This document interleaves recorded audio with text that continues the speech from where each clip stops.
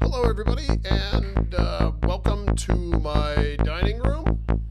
And today we are going to play around with the Lifeforms SV-1b, which you can see in the majority of the picture here.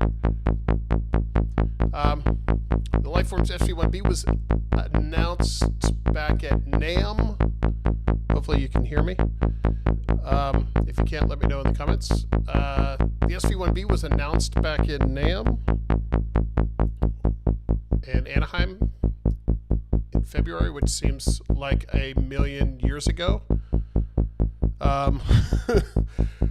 The idea of going to another state and getting in a giant room with tens of thousands of people seems absolutely insane, but it's what we did back in the old days. And so it was announced then. We demoed it, we showed it to everybody, and it was actually, at that point, it was already in production, and we thought it would be available in April. That clearly didn't happen. We had some production delays, as you can imagine, but it's available now. We've been making them now for a few weeks, finishing them up for a few weeks at the shop. Perry's been calibrating and testing them. Ross has been putting them together.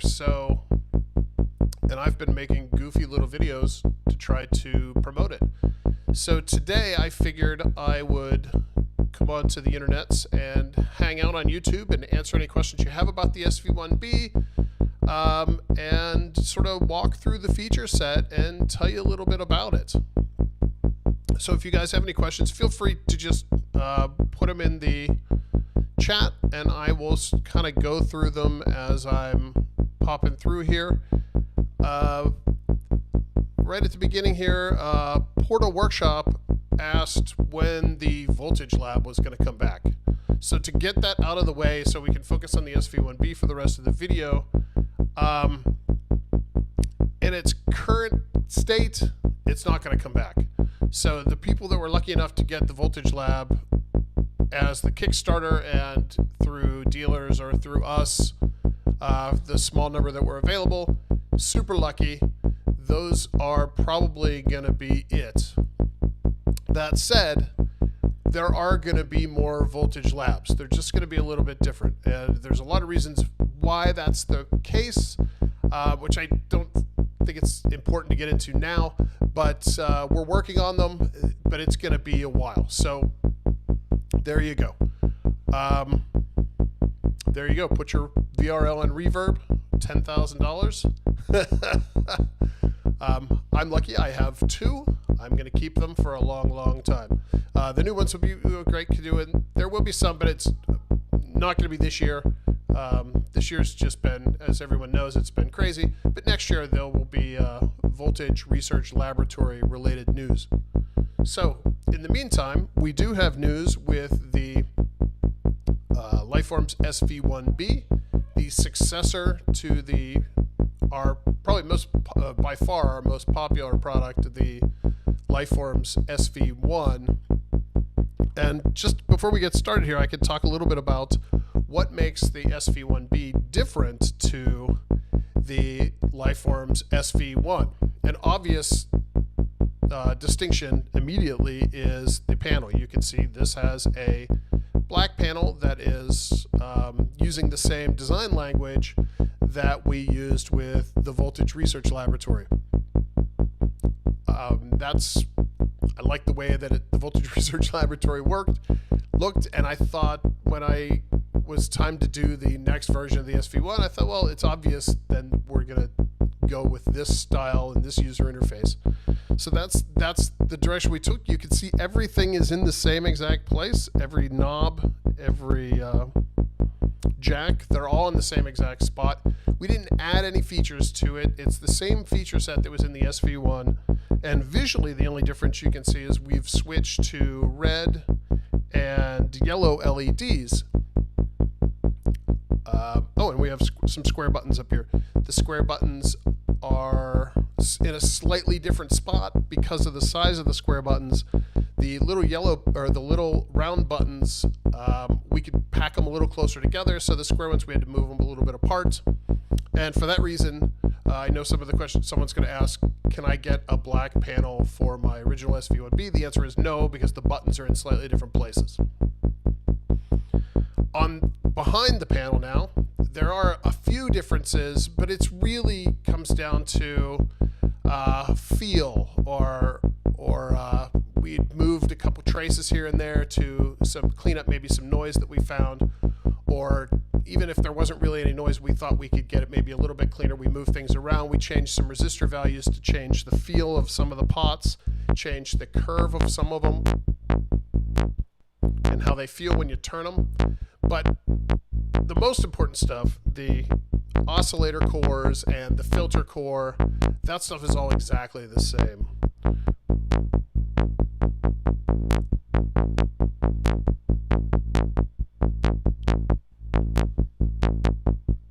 So, and that's why this is the SV-1b, because it really is the SV-1 with a different panel. Some minor changes under the hood, but certainly if you have an SV-1 now and you're thinking you need to upgrade to the latest one, it's not like the latest iPhone. You know, if you have an SV-1, keep it and use it. It's an amazing synthesizer. If you don't have an SV-1, this is your way in, and it's an amazing synthesizer. It sounds just as good as the SV-1.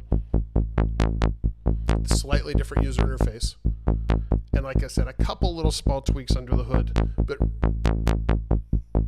you would probably be hard pressed to find them if you were looking. Are there any circuitry differences between this and the SV-1b? Yes, there are, like I said, but they are minor and mostly inconsequential. Really us just trying to drop the noise floor a little bit and maybe change the response curve of some of the controls, change how a few of the inputs react to voltage control, that type of stuff. Those are the things that we were tweaking.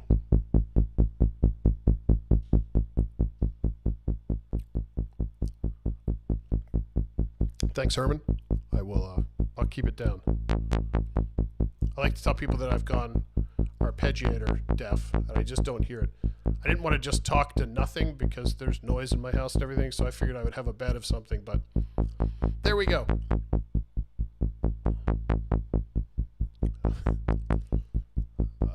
All right, so now that we've said hello and I've sort of explained the background to this thing, and let's dive in. And for those of you who don't have an SV-1 or haven't used an SV-1 in the past, let's just take it section by section and talk about it. And for those of you who have,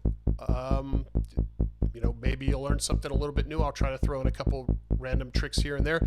And certainly as we go along, if you have any questions about the section we're talking about or how you can use that to interact with another area of the instrument, you're welcome to ask. And we will take it from there. So the first section is the MIDI and arpeggiator section. This is the only digital circuitry in the entire instrument, and it's a digital to analog converter, and that's all it's doing. Everything else is all analog. So right now I have a little key step sitting right in front of it that you can't see on a camera. You can hear some of my amazing playing here. So we have, in the MIDI arpeggiator section, we have mono mode, which is just going to play what I play. We can switch then to arpeggiator mode. Uh-oh.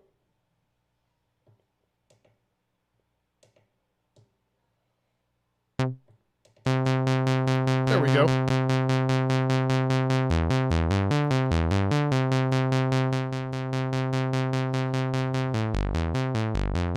So arpeggiator mode, the way it works is it works as played.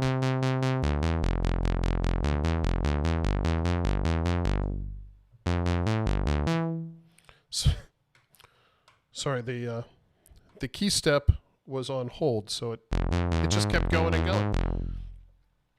So back to the arpeggiator mode. The arpeggiator mode is as played. And what that means is, as you type, the order that you play the notes in is the order that they're going to be repeated.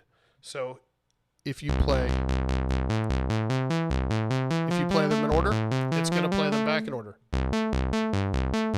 If you play them out of order, it's going to play them out of order. It's, the order that you play them in is how it's going to perform them.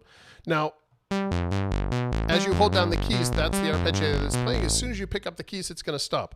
Now we have a hold button here. We can press that and you can see the ARP LED starts blinking. And that way, you can press down some keys and then they'll continue to play until you play different keys.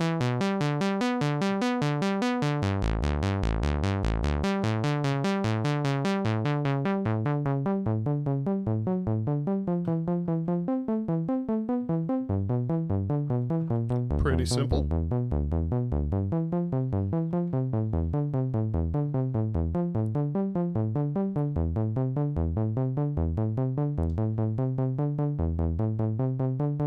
I press the edit key and now it's repeating everything twice.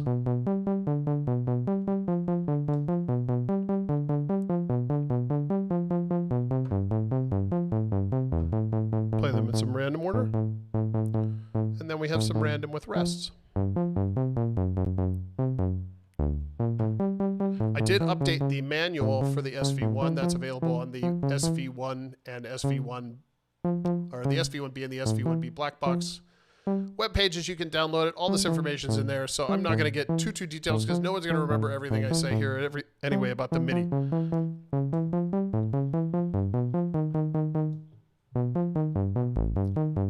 Just know that it has an arpeggiator, and we're probably going to use it a lot because I can't play at all. We also have a glide knob here.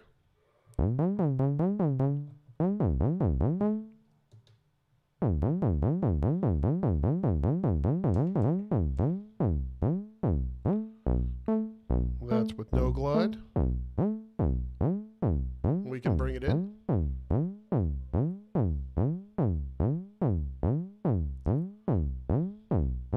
Good times.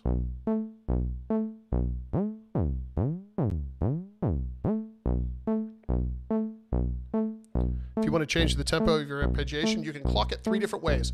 You can clock it with the internal tap tempo clock here.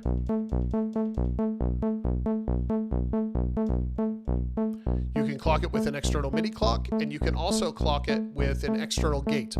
So if you have a gate signal coming from another module, a square wave from an LFO, a clock signal from something else, you can use that to sync your arpeggiator to it.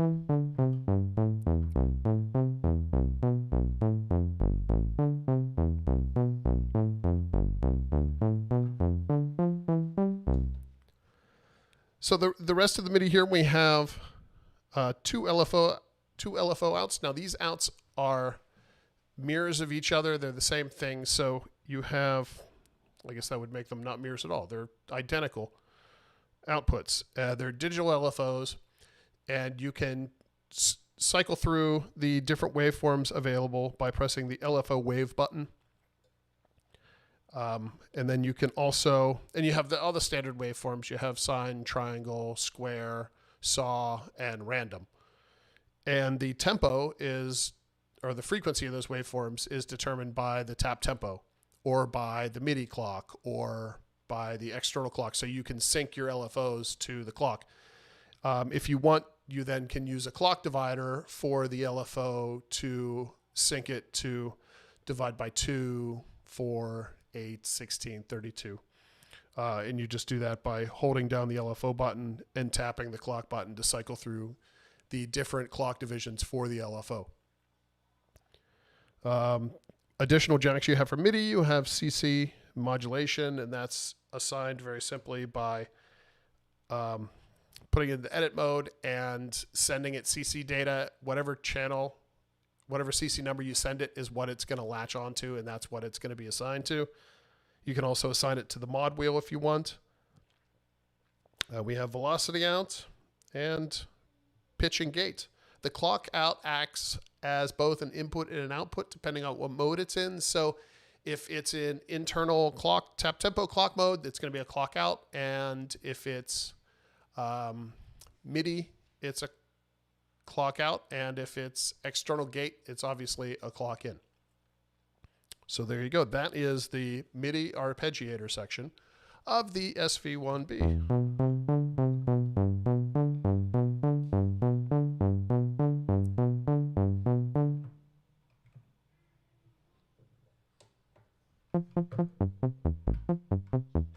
So let's move on now and talk about the oscillator. Now the oscillators in the SV-1b are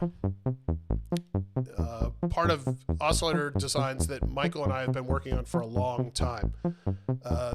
This is, I think the SV-1 had the 4th generation oscillators in it, and we didn't really change anything going into the SV-1b. So any changes that we have made for like the microvolts and for the voltage lab, we didn't add those to this because we didn't want to change the way it sounded. We really like the way the SV-1b sounds, or we like the way the SV-1 sounded. We wanted to leave this the same. We think that waveforms are fantastic. So to start here, we have, here's our sine wave.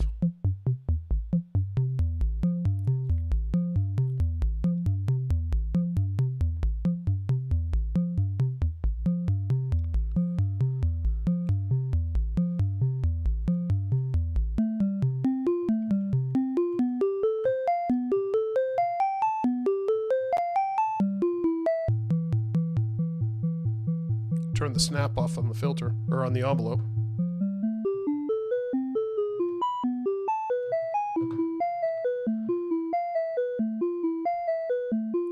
And obviously, if you look, you can hear it. If you look at this thing on a scope, it's not going to look like a perfect sine wave. And that's by design. All of our waveforms are calibrated by ear as we design them because we want them to sound a certain way. And it's way more important for us when Michael and I are designing these waveforms that they sound the way we want them to sound, and less important to us that they look exactly like people expect them to look. So these waveforms, for example, the sine wave is going to look a little beefier on the top than it is on the bottom, but that gives us the weight that we were looking for in this waveform. So the next wave we can move to, and I'll have to use a patch cable for this one.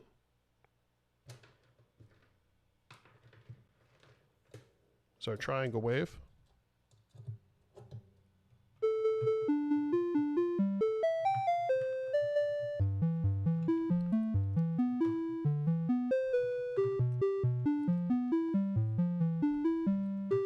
Sort of a nice, I don't know how I would describe it, maybe hairy triangle? I think it sounds good.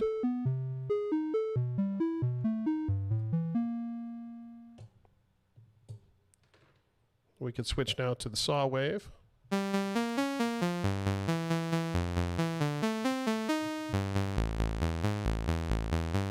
Really bright.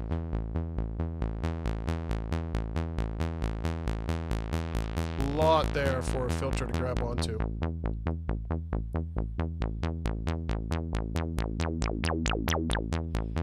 We'll talk about the filter in a minute. In the meantime, here are the raw waveforms.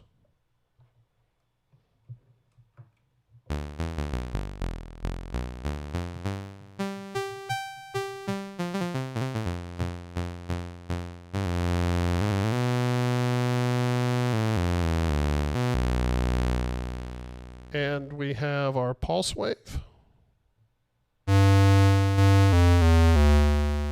Use our width CV here. And that'll obviously, you can knock that out completely and get like a gate effect with it by going over 50% with the width.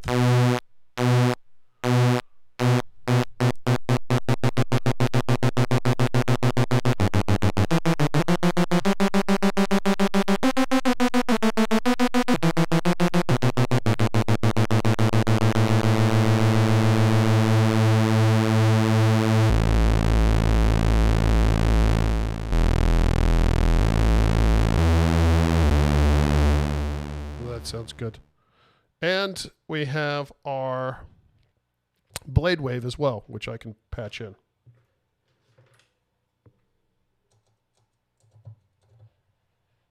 And the blade wave, you can hear it sounds a lot like a saw wave, because without modulation,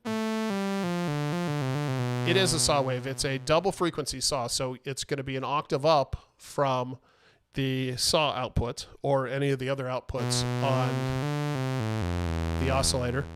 And then as you add in the modulation, you can hear that root octave comes back in.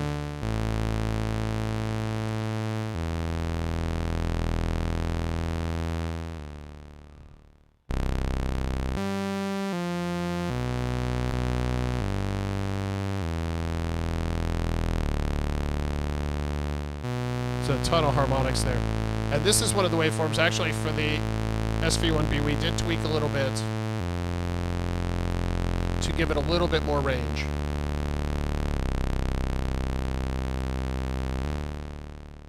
And you can hear it as it cycles through.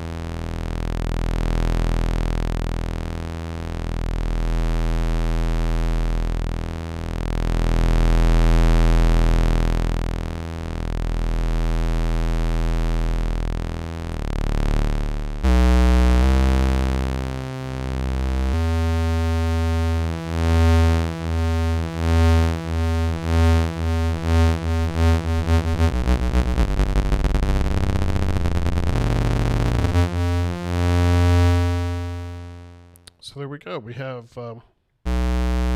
frequency modulation, which is normal to the second oscillator here. Let's go back to a simpler wave. We'll listen to our sine.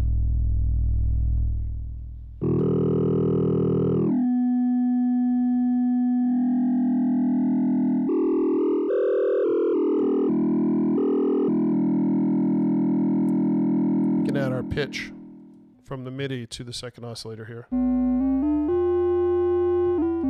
Help our FM out a little bit.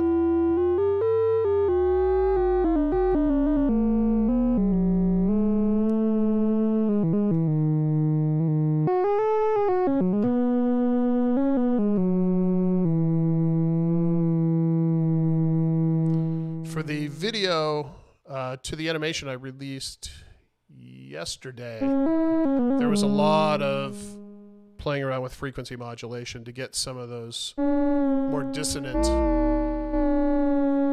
sounds out of it, those real chimey, metallic sounds. That all came from playing around with the FM.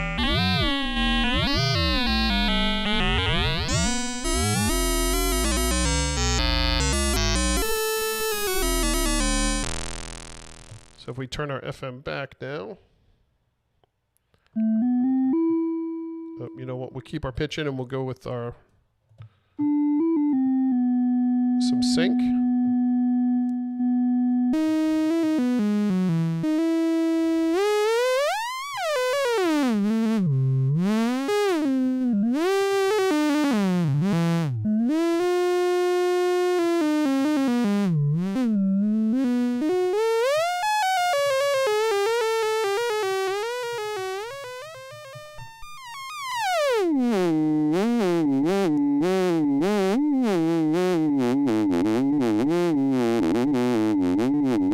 Oh, that's nice.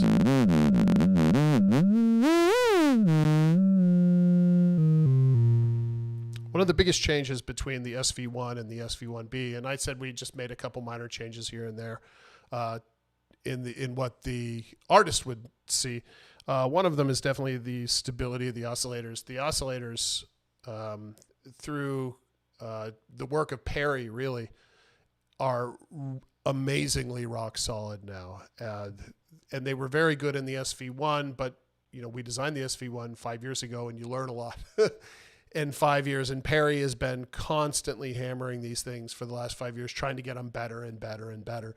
And the way that they're calibrated now and the values he's chosen and moving a couple of the traces around really made a big difference in keeping these things really nice and tight. And you can hear it. They're really nice and steady.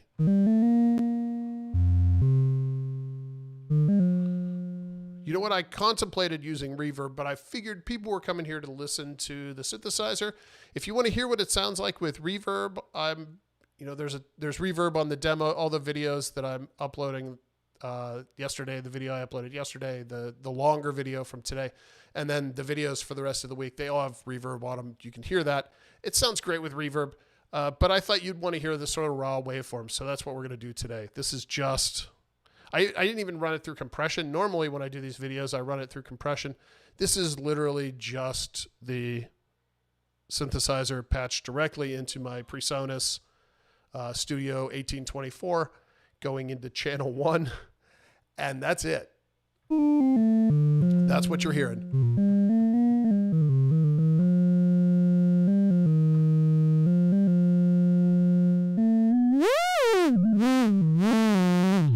So again, that's the same.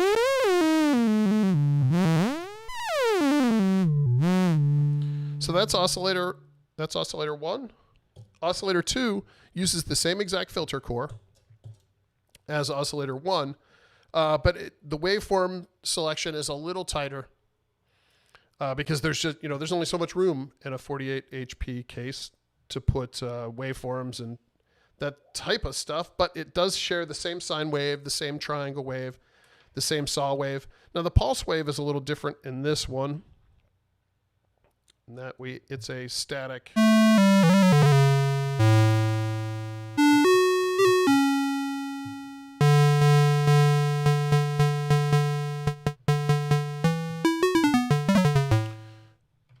It's a static 50%. So, and the generator for the square wave in the oscillator 2 is different than the generator circuit in oscillator 1. And because I'm getting nerdy with this stuff anyway, I might as well explain what I mean by that. In oscillator 1, the pulse wave is created with the blade circuit. And the pulse wave is sort of a byproduct of the blade wave generator. Now, that's great in the context of this because then I can use the width CV for both the blade shape and for the pulse width shape, which is, again, fantastic when you have limited space. Ironically, though, to generate that pulse wave, you have to send it a proper square. So there is a square wave generator built into oscillator 1. It's just not broken out to the main panel. It's only used to generate the blade wave, which then gives us the byproduct of the pulse wave. So we're getting there. It's just one extra wave shaper, I guess. Oscillator 2 uses that same square wave generator that we had in oscillator 1, but that's actually what you hear. We've used this square wave generator in quite a number of circuits. This one, in oscillator 2 does not have any pulse width modulation. It's simply a 50% pulse wave, a static square. If you want pulse width modulation, you do have to use oscillator 1 for that. But I think it has a nice sound to it. Again, I apologize. I don't know how to play the keyboard. I play sequencers and arpeggiators, but so bear with me on that. And listen, remember, we're just listening to sounds, not judging my artistic creativity here. So that's our pulse. We could listen to the saw.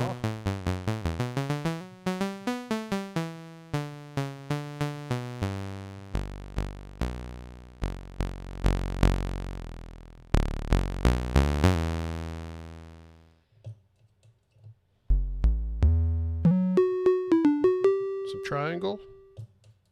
And that's our sine wave. It sounds nice. All right, oscillator 2 is not normal to the mixer at all. So you can see I've used a patch cable every time I wanted to listen to it. And the reason for that is oscillator 2 is normaled as the FM source for oscillator 1. Oscillator 1 takes up all 4 channels of the mixer. With sine, saw, pulse, and then sub. We'll get into sub now. So oscillator 1 has 2 sub-oscillator generators built into it, a 1 octave down and a 2 octave down. So by default, here, if we go, there's our oscillator 1. There's our 1 octave sub-oscillator down, and we can go 2 down as well.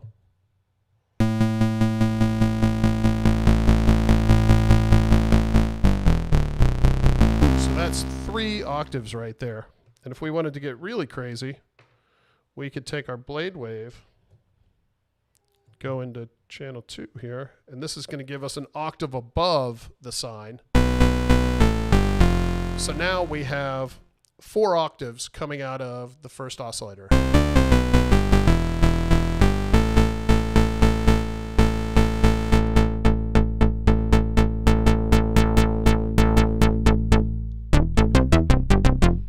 That's one of the ways you can get really big beefy sound out of this thing, is using 4 octaves all at once.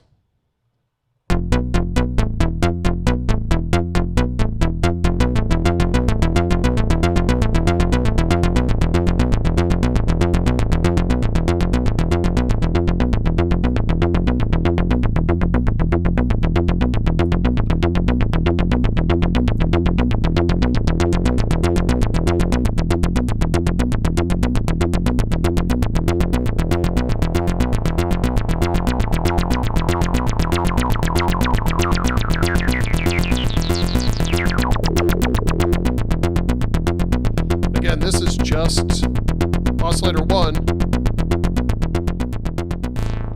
That's just oscillator 1. That's 4 octaves coming out of it. You have the plus 1 octave from the blade wave, and then you have the sine wave, and then you have a sub 1 and a sub 2. So if we get that arpeggiator going again.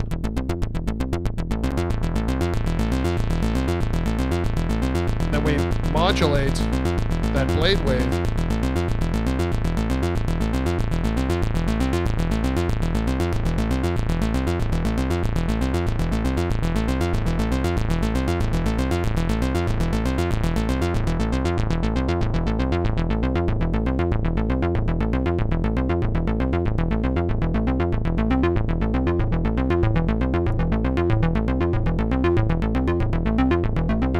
Some interesting chorus effects there.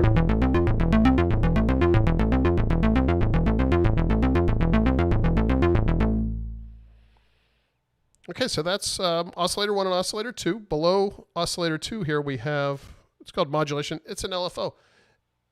You have a frequency control and a triangle and a square wave output. It's a very simple analog LFO. It's 2 op amps and some resistors. Can I patch a percussive sample and hold random LFO with noise sequence? Yes, I can. I'll go once I get through this all the components, then we'll start patching and get a little weird with it. All right, so pull out some of these patch cables. Let's talk about the dual mixer.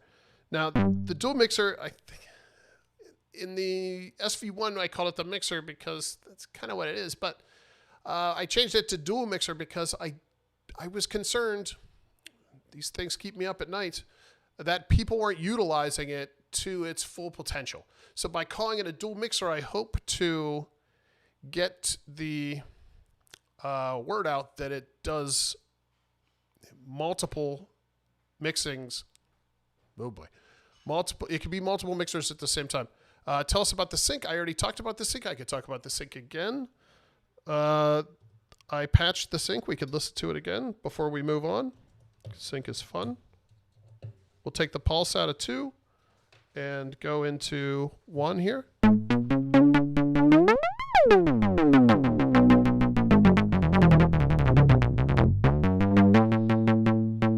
Listen to just... This is the sine wave we're listening to from oscillator 1. We have the square wave syncing from oscillator 2.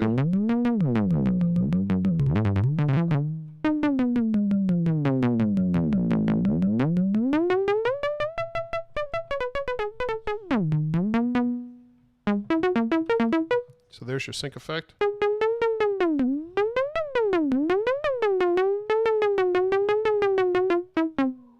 All right, moving on. Back to the mixer. So the mixer is normaled to, if you use it as normal, you have sine, saw, pulse, and sub-oscillator 1. But you can see here there's inputs to break all that apart. So if we wanted to take the saw from oscillator 2 and go into channel 1, sure. No problem. Then we have the saw from 2. Now this is where it gets cool. You can take the mix 1 plus 2 out into your filter here. And if you wanted to get a little deeper with the modulation for the filter, say, we can take the output of the envelope generator into channel 3 of the mixer. We can take the, we'll say, sample and hold out here into channel 4 of the mixer. And then we can take the output of the mixer into the CV input of the filter.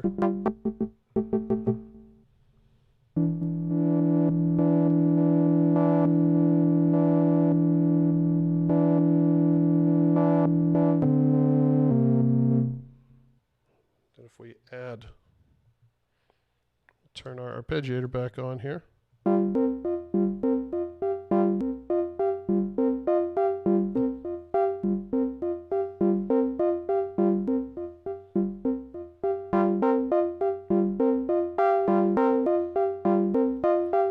So now we're essentially using the mixer for two different things. We have the top half is mixing our audio, channels 1 and 2. That's patched into the filter input. And then channels 3 and 4 are they're mixing the CV together to use for the frequency cutoff of the filter.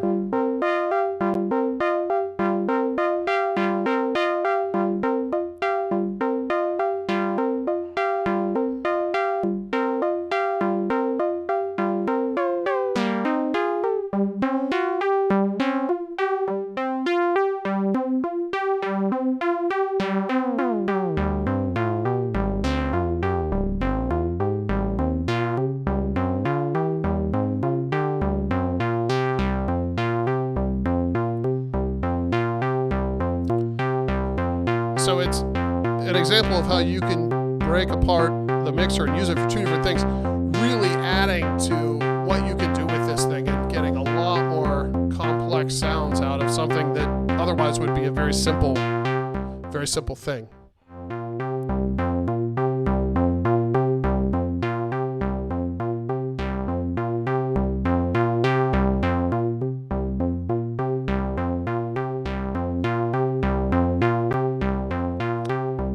So now that we've already started patching with our filter here, let's talk a little bit about the filter. This is the circuit that I was most sort of protective of when Michael and I started talking about what we wanted to do with the SV-1b and how and what types of changes we wanted to make with it. The sound of our filter is really important to me, and I know it's important to Michael as well. And so we didn't really want to change it at all. So again, we cleaned it up a little bit. So it's a little bit cleaner than the SV-1, but other than that, it's that same huge sound. Now we've used this filter a ton of different times, and each time we sort of tweak around the core, but we never mess with the core of it. We've changed different ways to voltage control it. There's a version of it that has voltage controlled resonance. There's a version of it that you can, like in the microvolts, the version of it there has these stable and unstable modes. So the resonance goes absolutely bonkers bananas.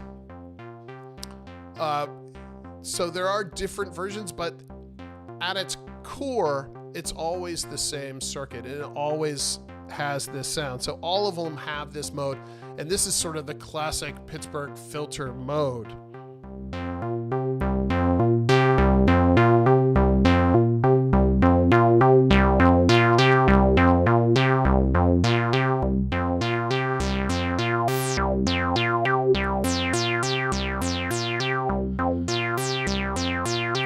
Now you see me turning down the audio input going into the filter, and the reason why I do that is making room for a resonance. The way that our filter works is we allow, as you bring up the resonance, we allow that resonance to take up all the remaining headroom, and then there's a soft clipper to keep it from distorting. However, to keep the low end and to not drop out the sound of the filter, to keep it nice and beefy, if you blast the filter with large waveforms, there's no room left for the resonance, so you get less resonance available to you. So to get the full amount of resonance available, you just drop the signal levels going in. You don't lose any of the bottom end, you don't lose any low end, you don't lose any signal. You just leave a little bit more room for that resonance to sing.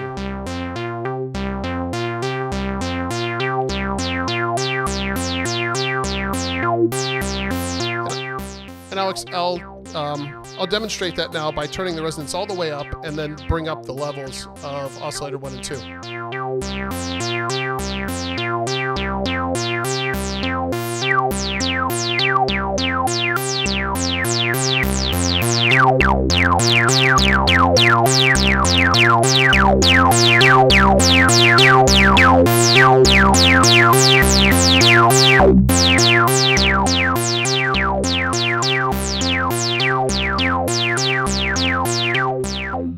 You can hear when the waveforms are full on coming in, there is a little bit of overdrive at the output of the filter, and also there's not quite as much resonance. So if we pull them back a little bit, everything really opens up.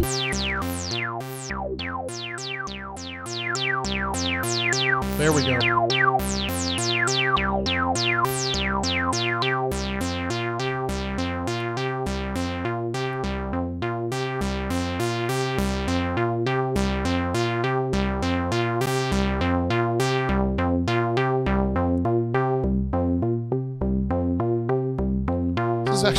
This is a nice little patch. It's been quite a while since I patched the sample and hold and the envelope together into the filter cutoff.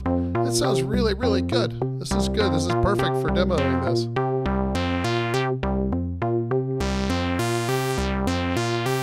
And of course, the frequency CV could be inverted because we have an attenuverter here. So if we open this up,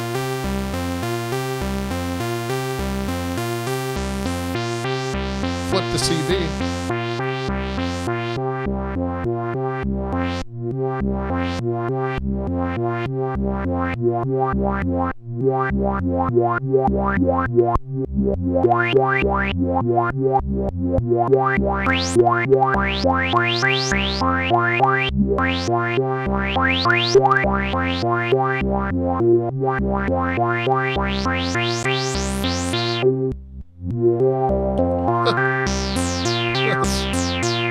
That's awesome.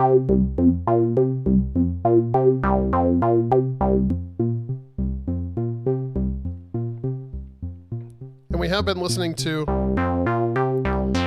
the low pass filter, but we also have band pass and high pass available to us. Before I demo those, let's talk a little bit about the filter itself and from more of a circuitry side of things, and maybe have a little bit of a nerdier talk about it. The Pittsburgh filter is a state variable filter core. The filter core that we use was designed by Michael Johnson, our engineer, but it's based on the idea of the state variable filter, which has been around for a long, long time. Used in music, most notably, or in synthesizers, most notably by Tom Oberheim.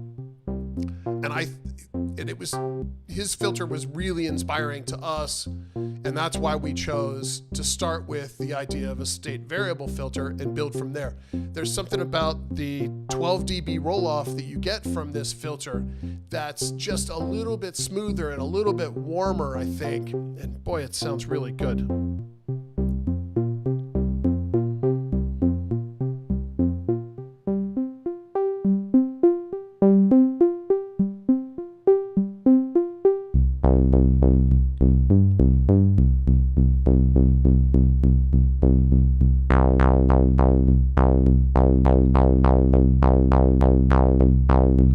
the interesting characteristics of a state variable filter is the idea that you can have theoretically infinite resonance without self-oscillation. So what that means is the way we've implemented that that theory anyway is that the binary or the Pittsburgh filter in the SV-1b and in the SV-1 as well never self-oscillates. But because it doesn't self-oscillate, you can get a tremendous amount of very stable resonance out of it.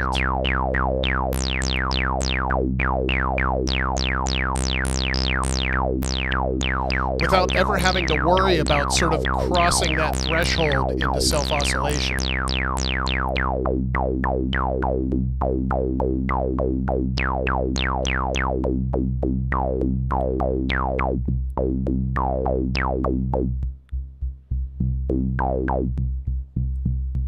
Super cool. All right, we'll take a patch cable here. Let's flip to bandpass.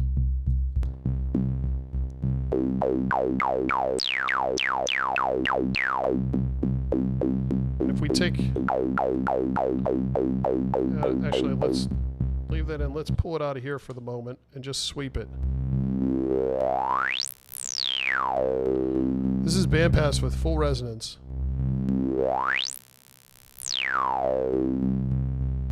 We'll turn down the resonance a bit.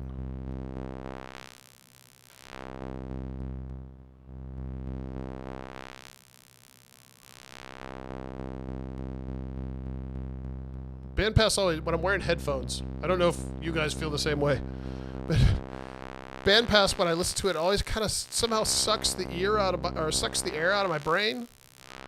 I don't know, I can't describe it. It feels very strange. I don't know if you guys understand what I'm talking about, but bandpass in my headphones feels weird. It sounds really good, but oh, it feels weird. So that's our bandpass. We can now flip to the high pass.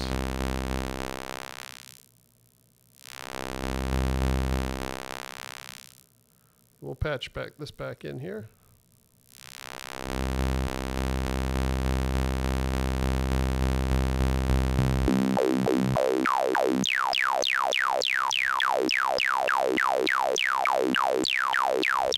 High pass fun. High pass is great if you want to do some sort of cymbals or hat sounds. Let's take a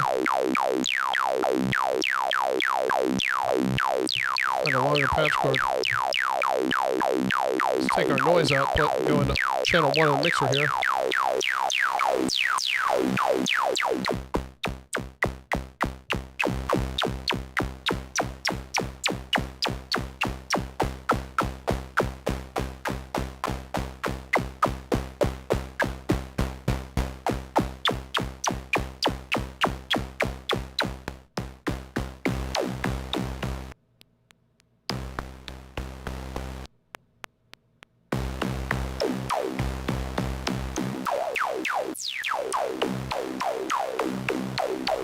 I don't know.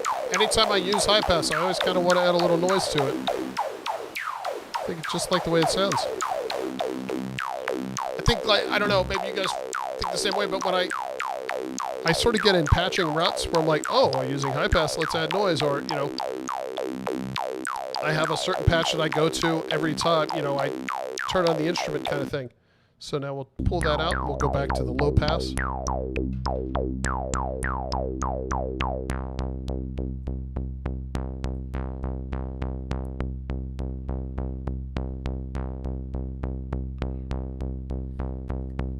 Thank you, thank you.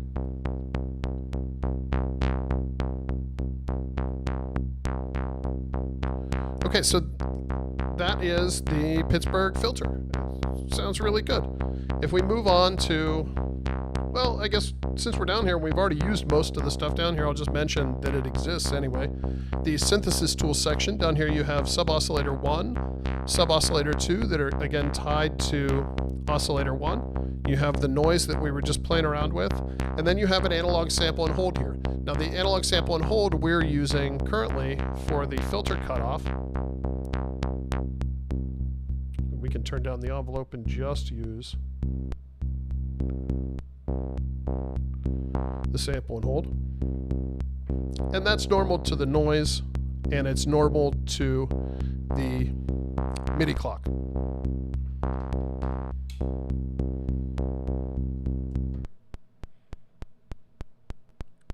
We can patch over that noise with, say, triangle wave.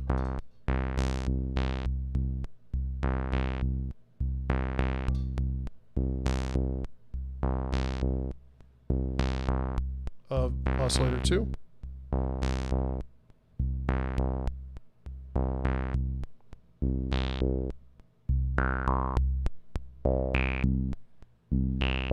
And obviously you can patch over with the clock as well with any square wave really is gonna trigger it.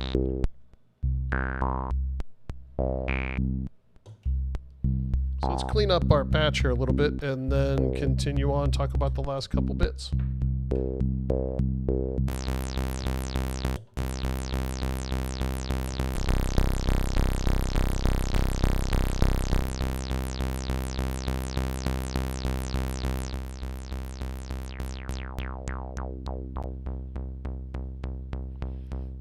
So the envelope generator, this ADSR, standard East Coast synthesis ADSR, we've designed ours to be ultra snappy. We wanted something that was super percussive, super snappy, and gives you the ability to do really fast sounds. That's kind of the way I like things to sound, and well, I get to design synthesizers, so that's what I did.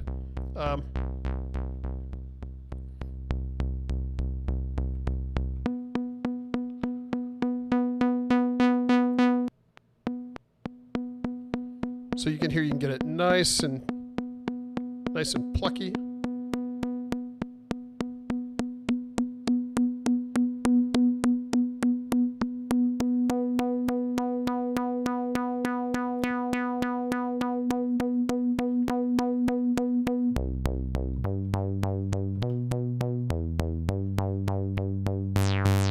And open it up.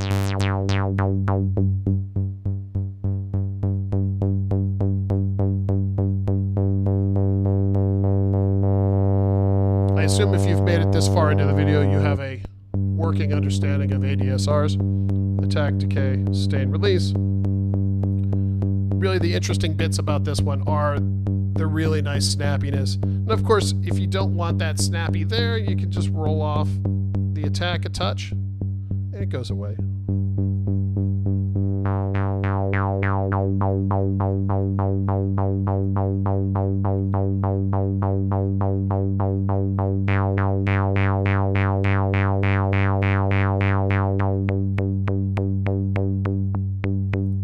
But I love those super percussive sounds. It's just something that I enjoy listening to and enjoy playing.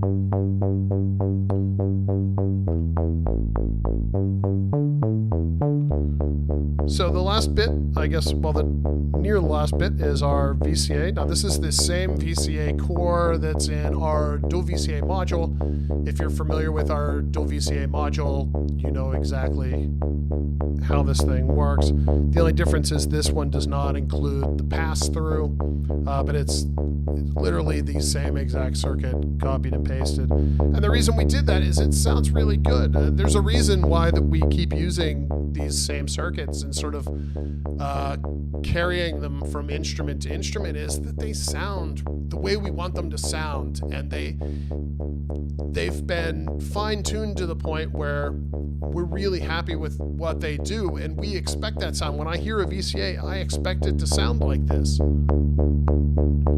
Now, the VCA in this one specifically, in the SV-1b, and in the SV-1 as well, is the way it works is at 12 o'clock you have unity with the incoming signal, and then anything over that you're going to get a little bit of overdrive out of it.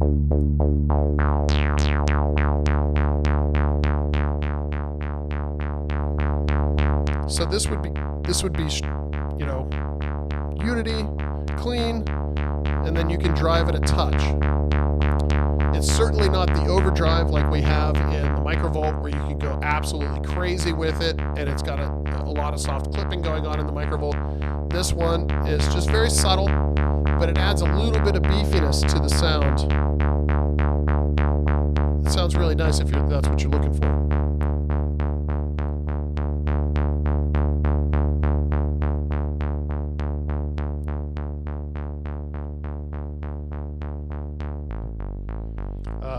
Two signal splitters, and then your output. The way you output is input, you have headphones out, the left and right are the same, and you have a monophonic line out as well. So that is all the bits and pieces of the Lifeforms SV-1b. Now, you guys want me to do a generative patch. I can see that. So let's see what we can come up with.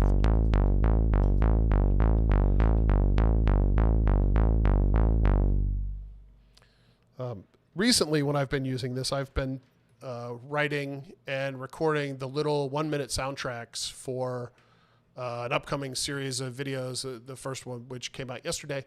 And if you go to the web pages for either the SV-1b or the SV-1b black box, you can see they're actually up on YouTube already. They're just not, they haven't been turned on. I think they're set to, I don't know what it's called.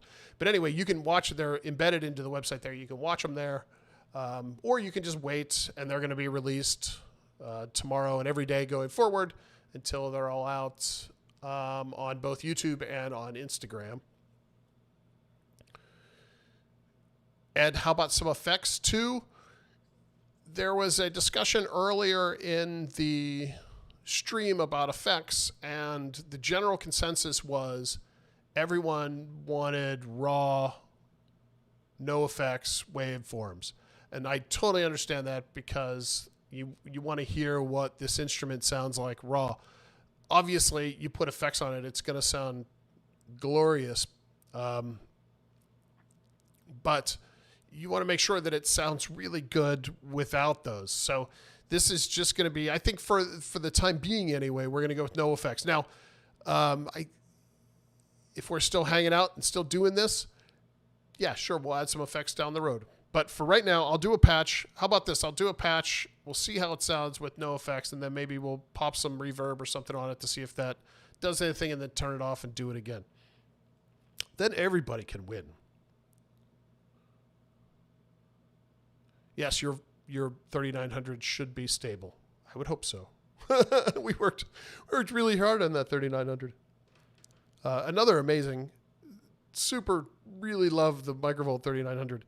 It's such a sort of unique instrument. It has it lives in its own little world. I don't know how to describe it. I love that instrument. I was playing around with one yesterday. So let's see here.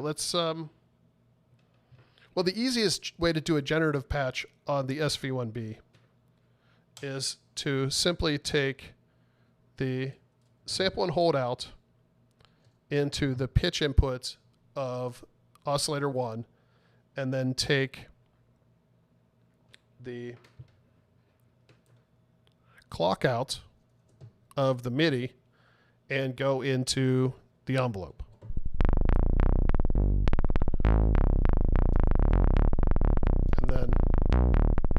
You have a generative patch.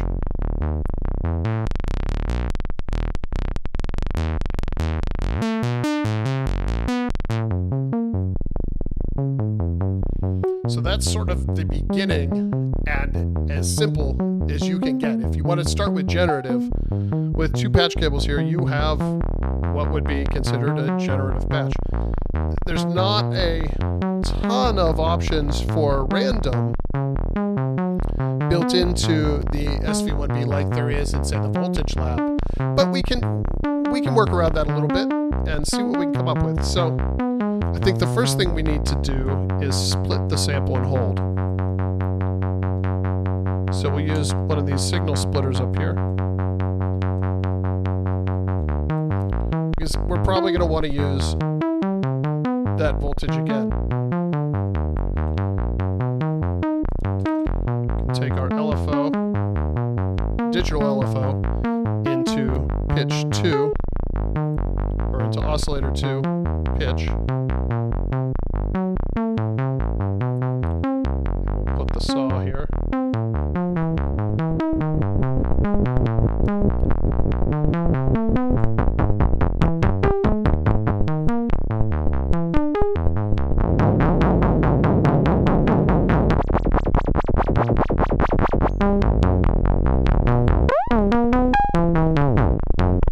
So we're using the random wave now from the digital.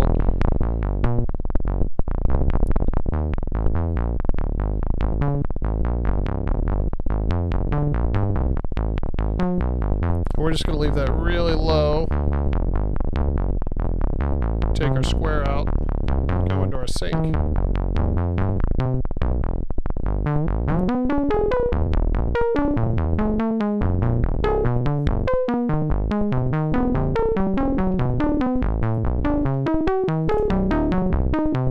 Use that sample and hold again.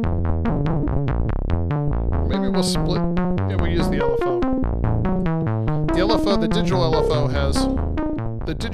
has two outputs. And like I said earlier, they're identical, so you can patch those into each other.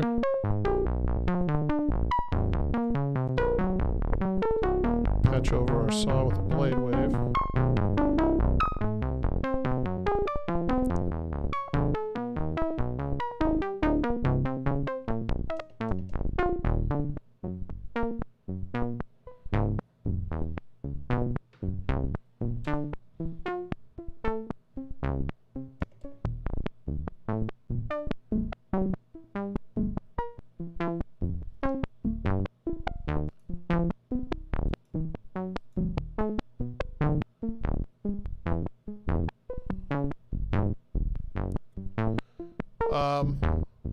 The difference between the SV-1 and the SV-1b, you're right, and I did cover this earlier, but I'll cover it again. You know, people late to the party.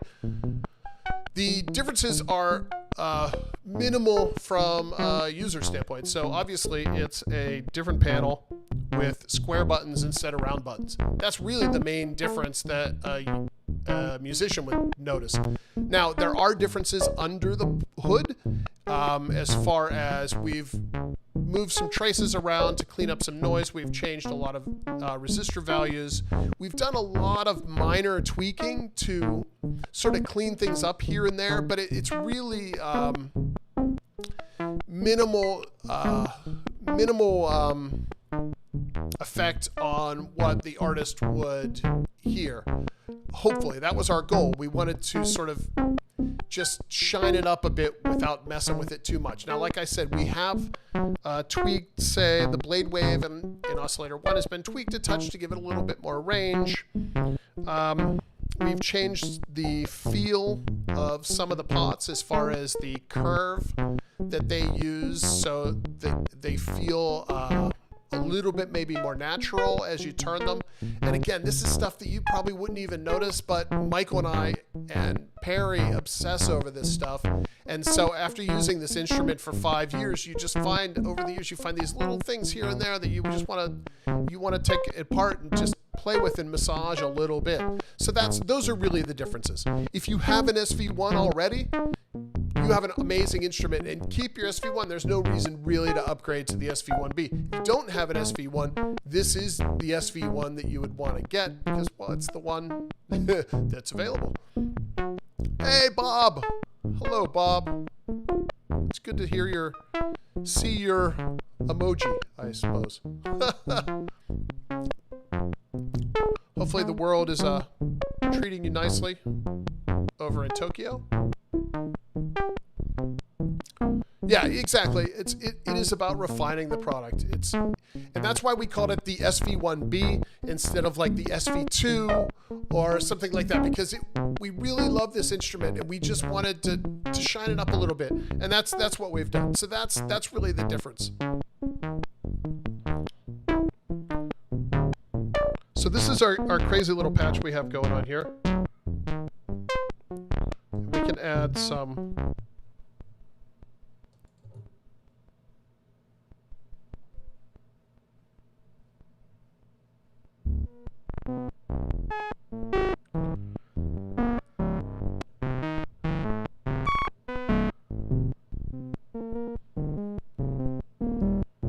let's see what we can do here.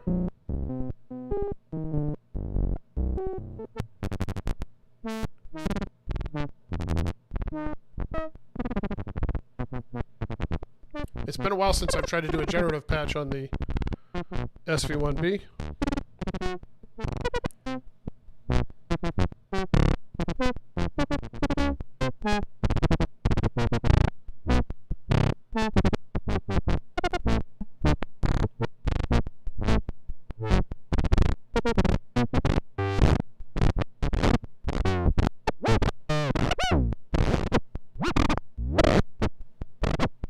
Maybe not my most artistic creation, but it's all right.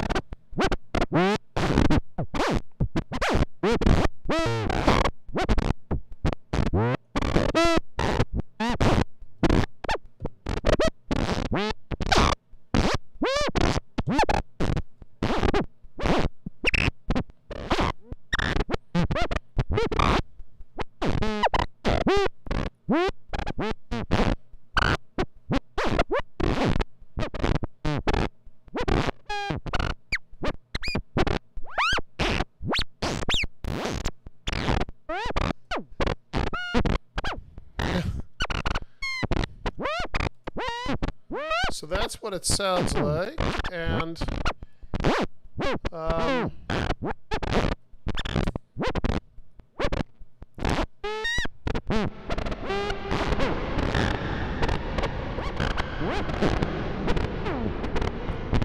I don't know. I can't hear it. Maybe you can hear the reverb, maybe not. I don't know. If you can hear the reverb, that's what it sounds like with reverb. If not, then I can't turn reverb on. Not with the setup I have right now, anyway. Okay, so you can hear the reverb. I cannot hear the reverb. So I'm just going to have to take your word for it that it actually exists. The reverb is the Valhalla reverb. It's just one of the Hall presets, I think. I turned down the modulation. I was playing around with it earlier. So that's with reverb. We'll turn that off, and we'll go back to dry here.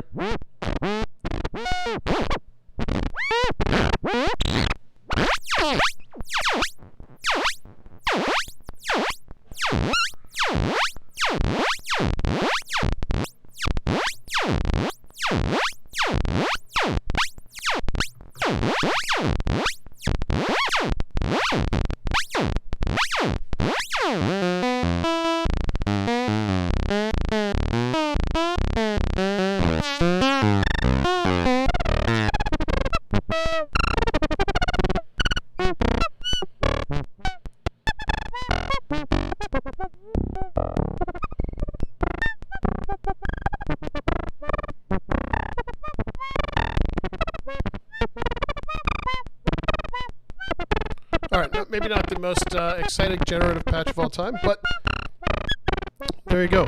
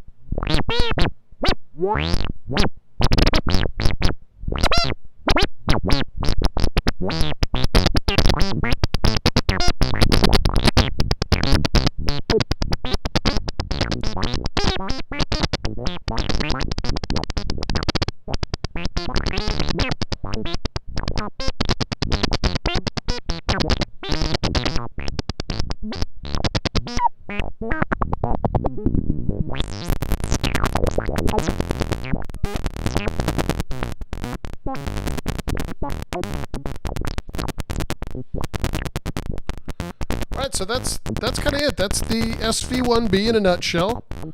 Does anybody have any questions related to the SV-1b, or something they want to hear, or anything at all? And we will maybe go from there.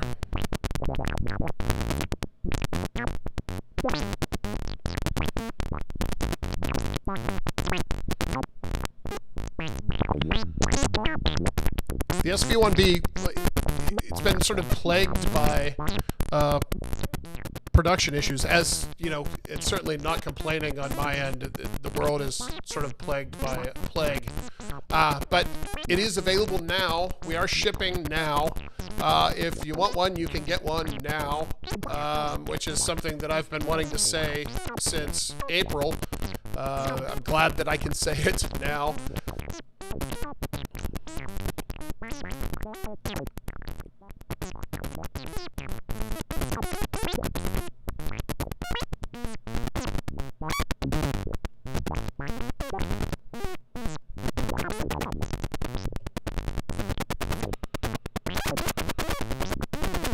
If anyone's ever wondered how I come up with the tracks that I use in my little 1-minute videos, this is sort of it. I just kind of hang out with an instrument for a while and goof around with it until and I'm always recording, so if I come up with a minute worth of interesting, I find an interesting little strange video to put over it and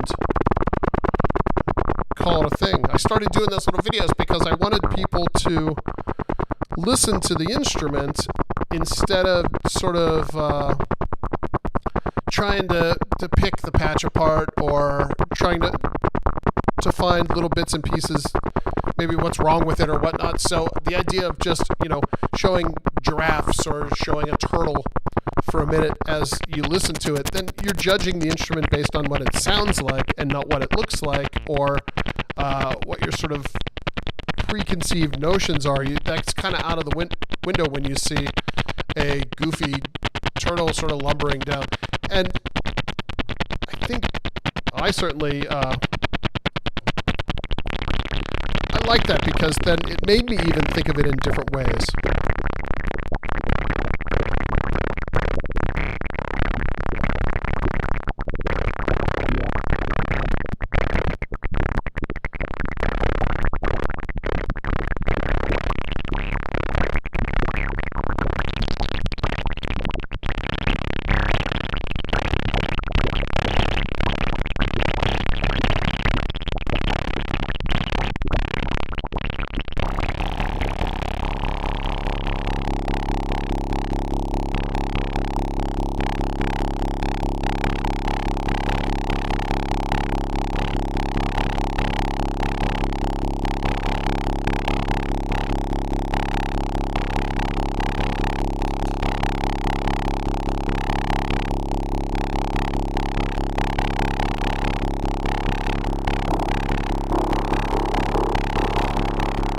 I think we found a little strange spot here.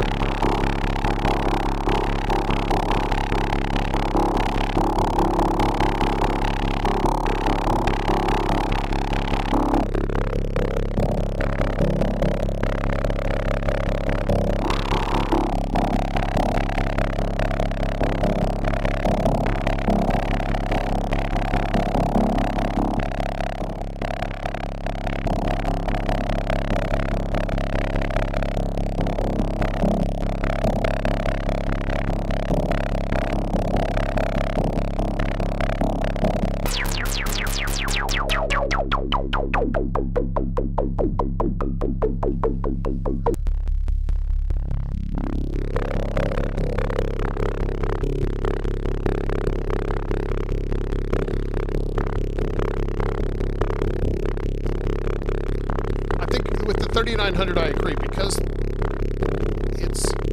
it's such a unique sounding and unique interface.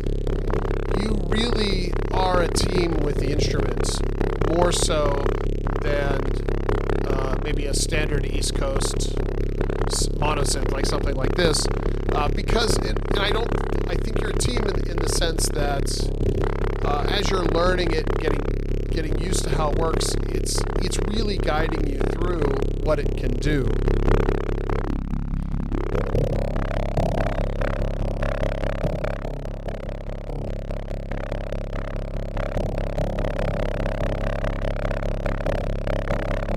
The MIDI module is completely functionally identical to the original, yes. It has all of the keyboard response modes in it, so you still have the last note priority, first note priority, low note priority, or I guess low note priority, high note priority, last note priority, and all of those are available with or without retrigger. All that stuff's still in there. I sort of glossed over the MIDI a little bit because it is so dense, it would make for a diabolically boring video. But I will say that all that information is available in the manual, and you can dive in. The MIDI is surprisingly deep.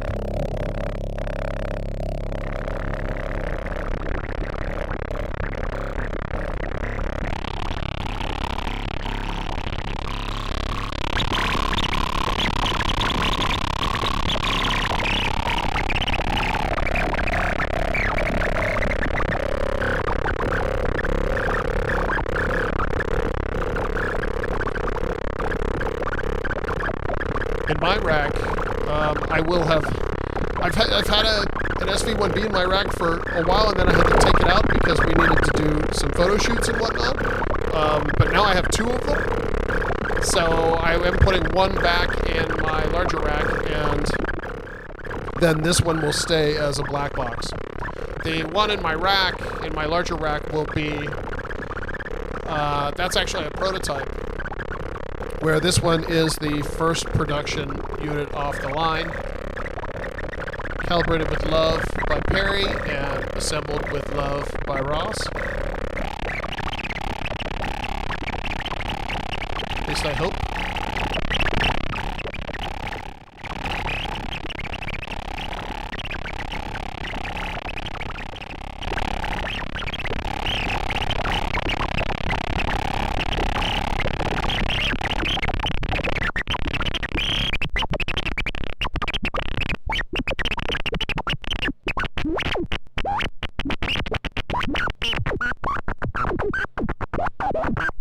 So it took us a few minutes, but we got weird with it. We certainly got weird.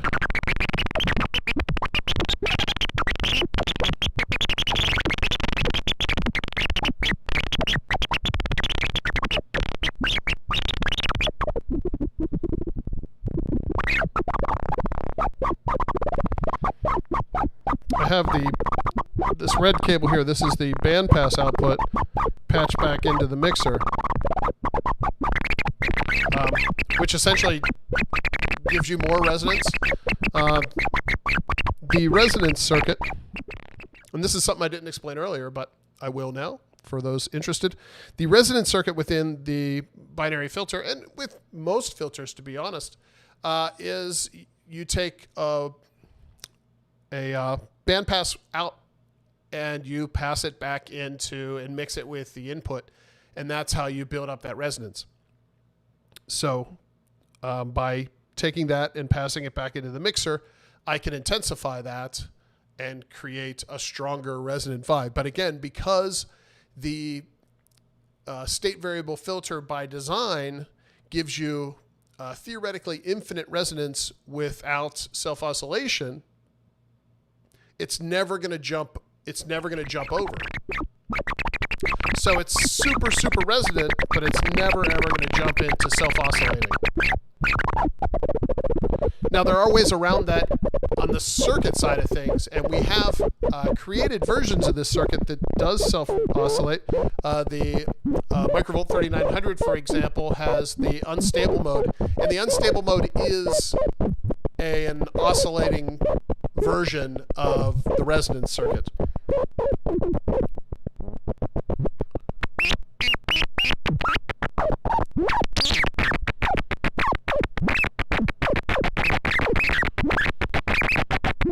But in this guy, we just focused on making it as warm and gummy as we could, as you can't tell it all right now because it's just sort of yelling at us. But that's okay. Yelling is good.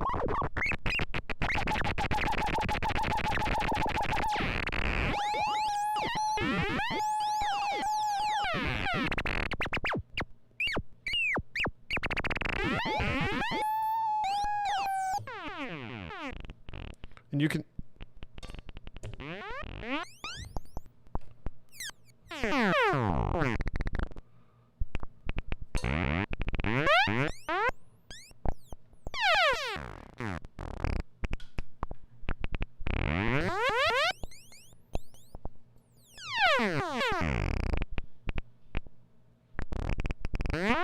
A lot of times when I'm doing this type of stuff, I like to patch CV into the audio signal path. Not because you can necessarily hear it, but for the way that it causes problems with the waveform that it's interacting with, because it's going to offset it, you know, either positively or negatively depending on what voltage you're sending in. And then when you're offsetting it, what you're doing is you're sort of setting up that waveform to hit the next stage in an awkward way. So, for example, I'm running in the sample and hold out into the audio mixer before it goes into the filter. Now, you're not going to hear the sample and hold because it's running at below audio rate levels, but what's happening is that's offsetting then, because it's adding to the audio waveform, it's offsetting that audio waveform, and then you're hitting the filter slightly differently, so it's going to give it a different sound than what you would have without it. So you can hear it kind of plucking along, and that plucking is because of the sample and hold patched into there.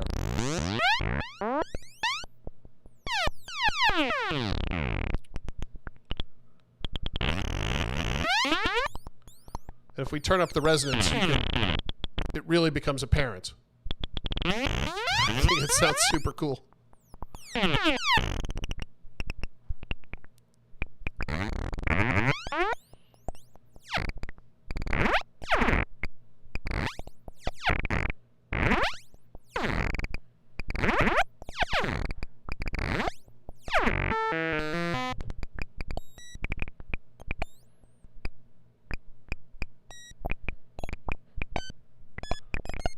Another way to get some interesting generative patching is to create FM feedback loops between the oscillators. Years and years ago, well, geez, at this point, 9 years ago maybe, we came out with a module called the generator, and the generator kind of lived on this.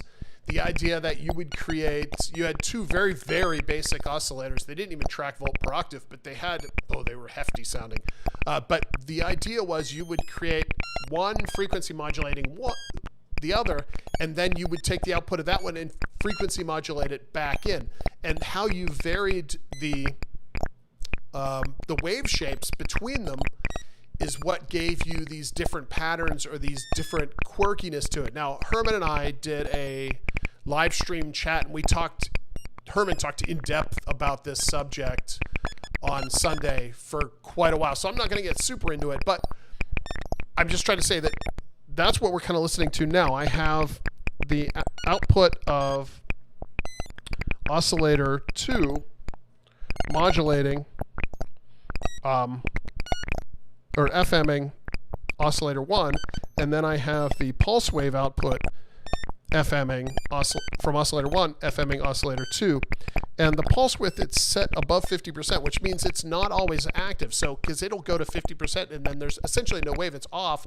So then when it comes back down, it turns back on. So it's almost like a gate effect on that pulse wave out on oscillator 1. And that's what's giving us this crazy little percolating kind of sound going on here, which I think is really, really, really cool.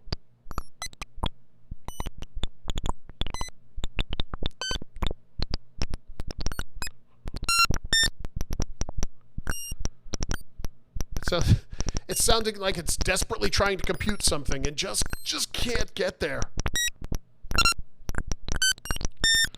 And so because you have this FM feedback loop between the two oscillators, adjusting those FM CV controls now is going to have a large effect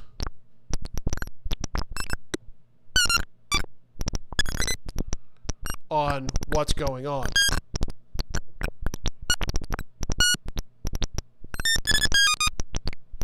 And also the width, because the width, again, the feedback only bumps into the second one when it's above, or when it's below that 50% threshold. So it's only, you know, some of the time it's happening, and that's why it's sort of jittering around like it is.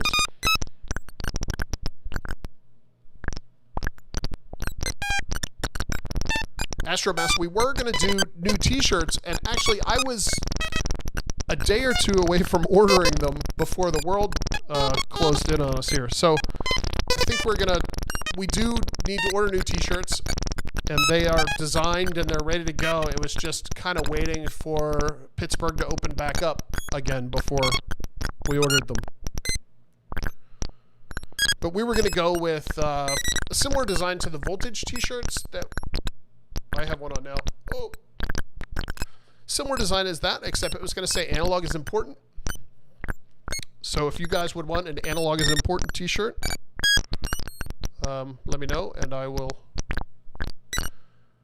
get them in there. These t-shirts are all cotton. They're really nice t-shirts. And the company we get them from is a local shop here in Pittsburgh, and they're real nice guys.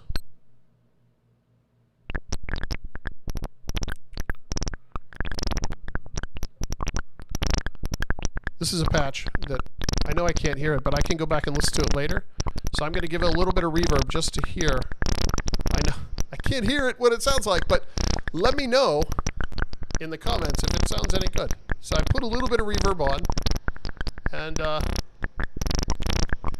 let me know how it sounds.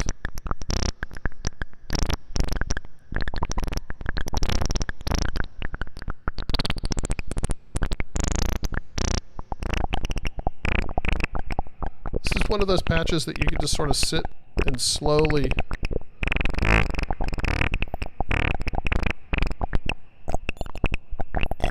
tweak and find all these little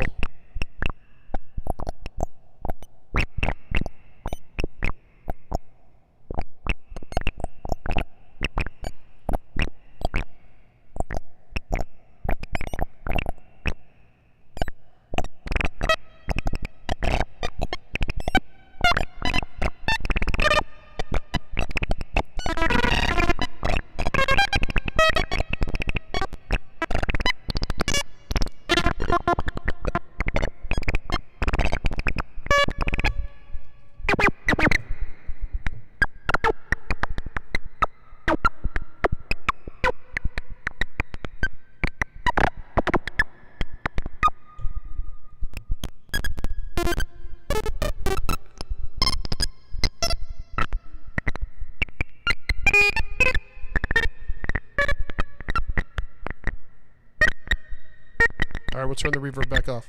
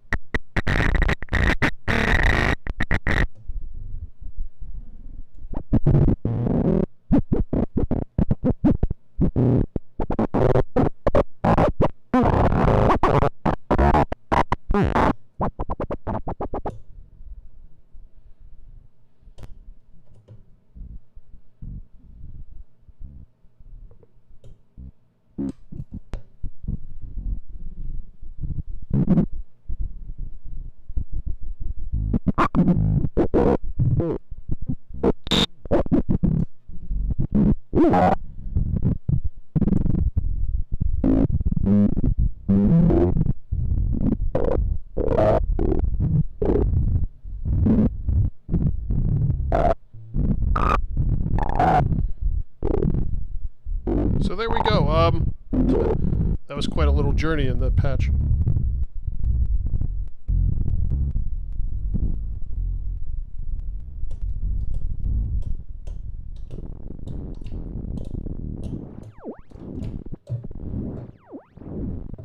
love ripping out all the patch cords and kind of listening to what you're left with.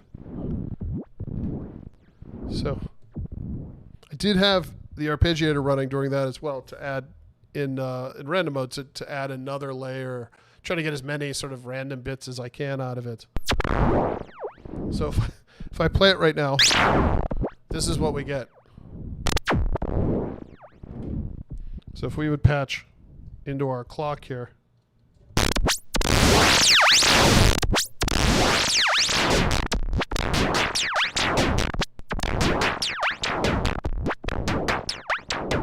So this is that same generative patch, but this is just this is just a clock triggering the envelope now. This is kind of great too. This is super percussive.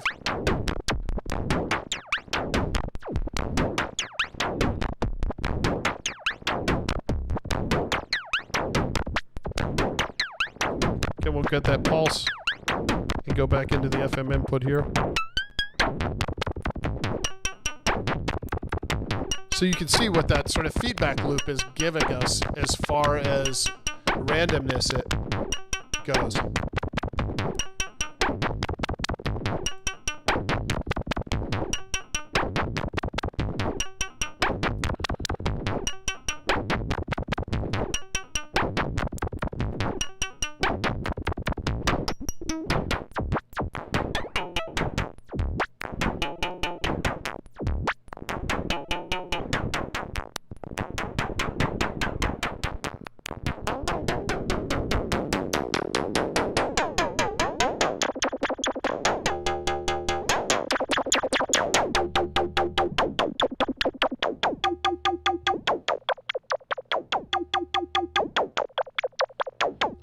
So this is the sine wave from oscillator 1 that we're hearing now. We can add the sine wave from oscillator 2.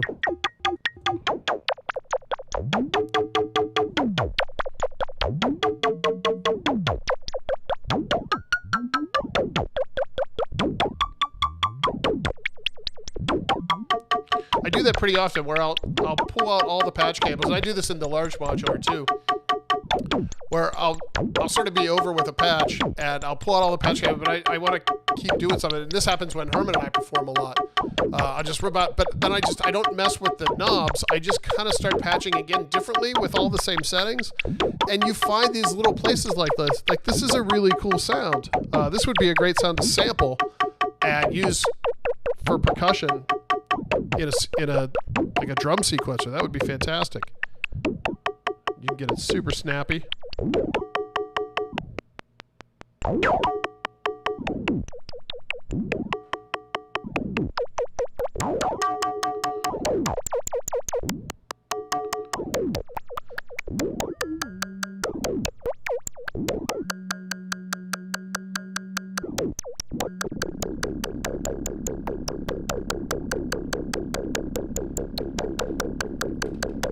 We can take this sample and hold it into this pulse width. That's going to be awesome.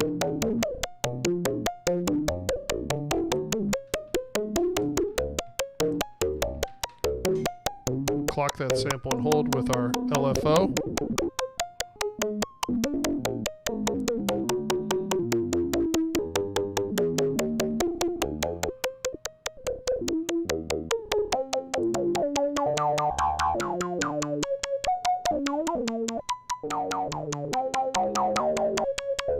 Here's a good example of what I was talking about way earlier as far as overdriving the filter and overdriving the resonance. The resonance on this is pretty high, and we have oscillator 1 and oscillator 2 sine waves coming here, but they're pretty messed up sine waves because they're frequency modulated, so these waveforms are kind of all over the place.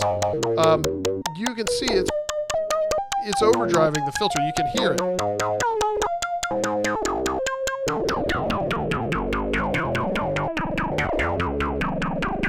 And that sounds really nice, but you might not want that.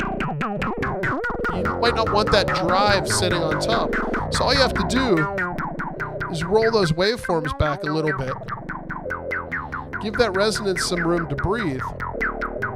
You can compensate by turning the VCA up a bit if you want. And it cleans right up, but it's still a huge beefy sound. You don't lose any of that low end or the vibe. All you lose is this sort of that little drive crispiness at the top, which can, again, if you want it there, it sounds really good, but if you want to pull it off, you just roll the inputs back a touch. Again, I turn it back on so you can hear it. You can hear it driving. It's cool.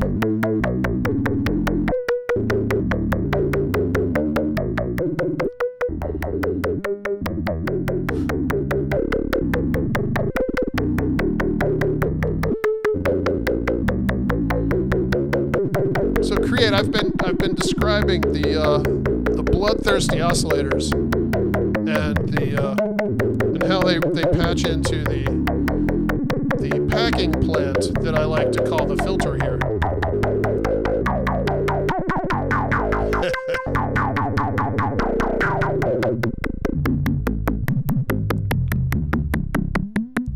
So this is a good example. You can hear that crispiness of the asparagus filter, and it's just adding that, just hitting the edge of that, and that's doing a little bit of that soft clipping at the top of this.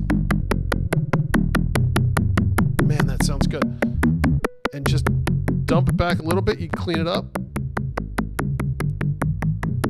But you hear that you don't lose any of the character of the filter, you're just losing the drive, which is cool.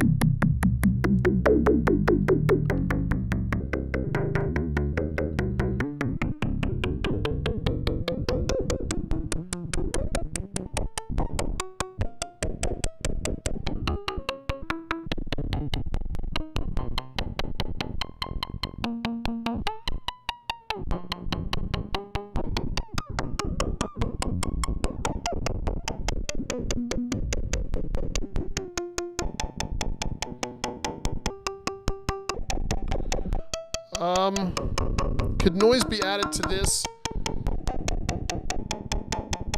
sequence? That's a good question. I don't...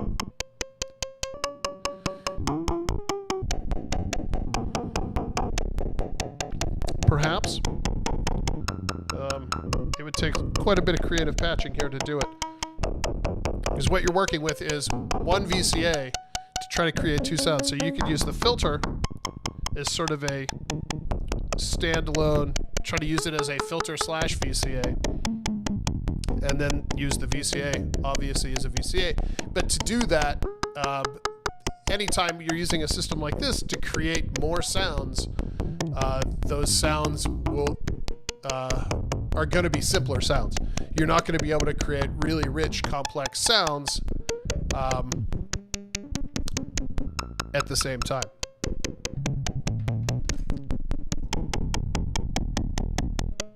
But let's see what we can do.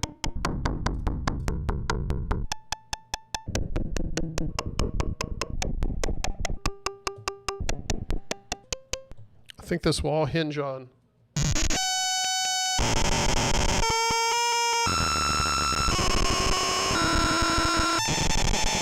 sounds great. What we can get out of our little filter here.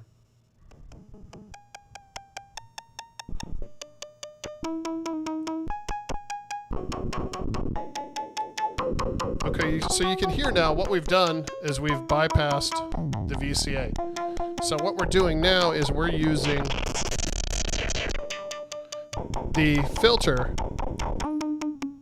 as our VCA for this patch. It's still being triggered by the envelope, but our filter is our VCA. And the good thing about that is then that leaves our actual VCA opened up. But I'm running out of patch cables here. So if we patch our noise into our VCA,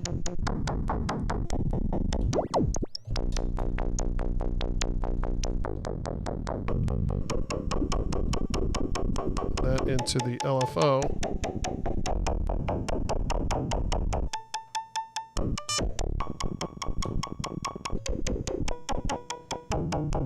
and the out of that into channel 2 here.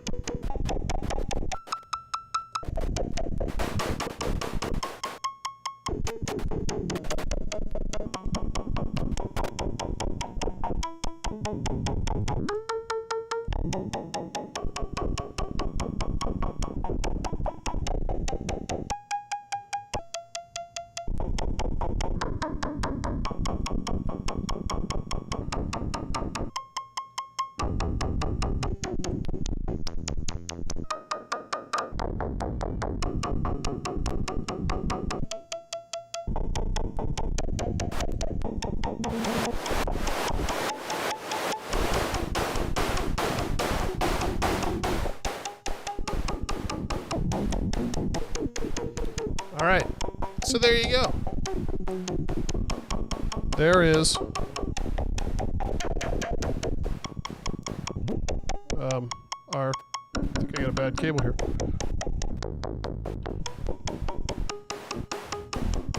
As long as I don't touch that wire, you've got a little snare high. Now there's no modulation or no processing on that noise. That's just the noise. Because again, there's we're using the filter for the other sound, so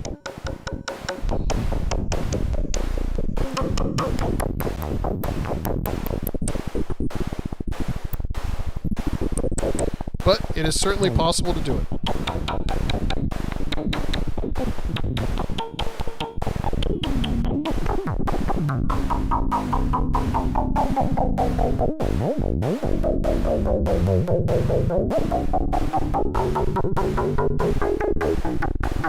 And this is a good example actually of the SV-1b and why the SV-1b, keep trying to use the VCA for the volume, that's just the noise. This is a good example of one of the great things about the SV-1 and the SV-1b is that the interface is fully modular. Even though it's behind one panel and it would be considered, in the semi-modular field, every module here is fully patchable and you can override all the presets. You have access to every input and every output for every module. So you can do sort of bonkers patches like this. You're not limited to a smaller selection of patch points and signal paths that you can alter or change. This gives you access to every signal path in the system. And that's always, anytime I design something, that's always a huge part of it. I don't want to restrict anybody's creativity.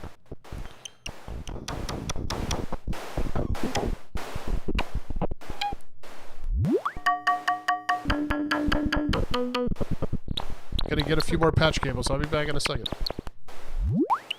Oh, I found two. Let me see, what can I do here to mess this up?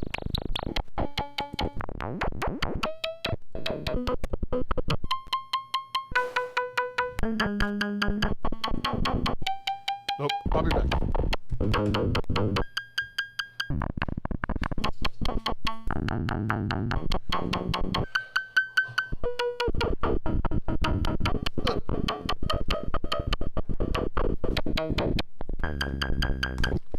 I have the patch cables.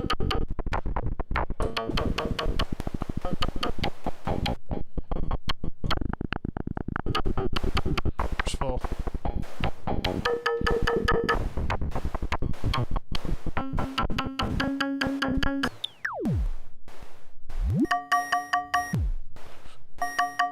So what we're doing is cheating and using the signal splitter as a mixer. Now, typically, it's not going to be the best mixer in the world because it's literally just connecting the wires and seeing what happens, but in the case of this, and what we're trying to get out of it, which is just sort of chaos, I think it works. So we've got a bit more of a complex snare now.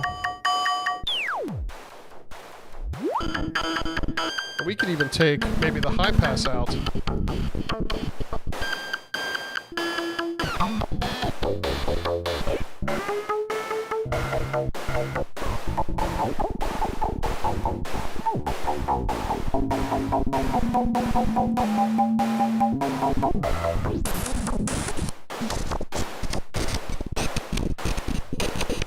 Chaos. Oh, hello, Kenny. Welcome back. Thanks for stopping by. It was nice to talk to you via the chat on Sunday with Herman. Super cool.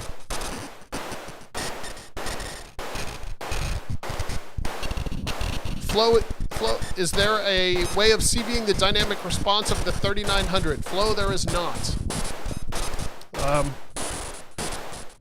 when the Microvolt 3900 came out, Michael and I hadn't, the circuit, the dynamic circuit is complicated, to say the least. And we hadn't figured out how to do it yet. It wasn't as simple as just patching voltage in and it working. We ended up having is quite a redesign to get that to work. So in the Microvolt, it just simply doesn't exist.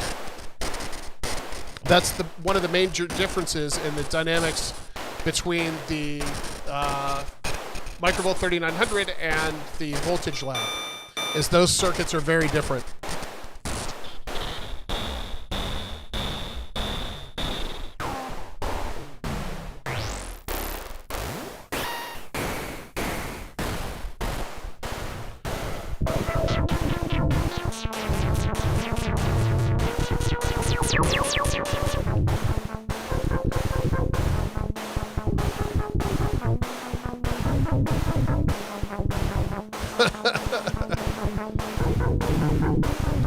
Yeah, that generator patch is sort of a mystery. I meant to, when I was at work today, I meant to patch it up and spend some time figuring it out now that I've seen it because of the stream on Sunday, but I was preoccupied by 1,000 other things. Yes, and I've covered this a couple times in the stream so far, but the SV1, oh my goodness, the SV1 and the SV-1b, from a user standpoint, are functionally the same. They do have a different faceplate. Now, behind the scenes, there were some tweaks to the circuitry, but it's all small stuff. It's all stuff that's really fine-tuning, sort of making it, just taking the SV1 and making it shine a little bit more. And that's why it's the SV-1b and not the SV2, because it really is just taking what we had and making it a little, like I said in the video, a little bit better. An example of that would be the Blade Wave and the SV-1b is we've given it a little bit more range than in the original SV1, but unless I told you that right now, you probably wouldn't even be able to hear it. We've changed the response curve of some of the control knobs so they feel a little bit more natural. But again, this is Michael and Perry and I, who designed this thing, are going through it over the past 5 years, finding little bits and pieces here and there that we wanted to change.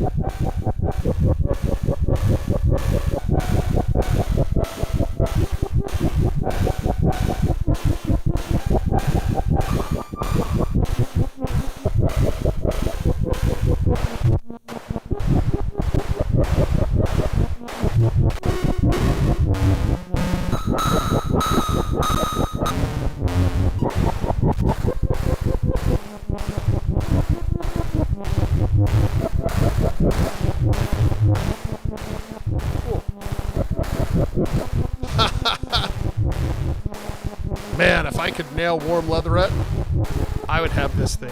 Oh, I would be so happy. That would be fantastic. That song and that whole sort of genre and that scene, I'm a little bit obsessed with. So that's that would be super cool.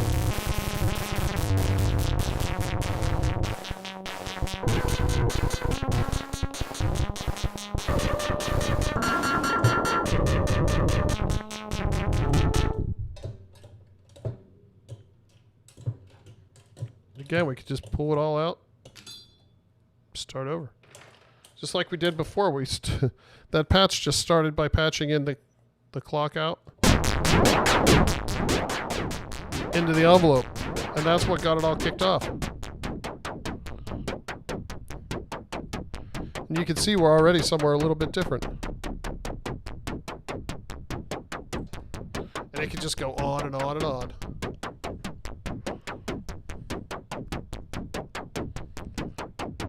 Yeah, I had several conversations with Daniel at Superbooth.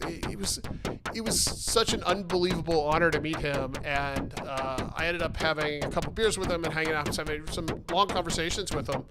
And really interesting guy, and just really nice, and it was one of those events that happened at Superbooth that really makes the week amazing and makes it great. It made it so much of a bummer that this year didn't happen, but there's next year. But yeah, Daniel Miller's a super good guy.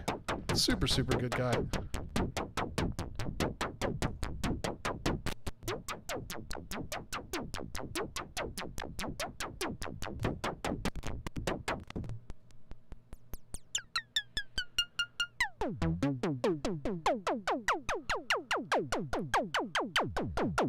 Another fun little patch.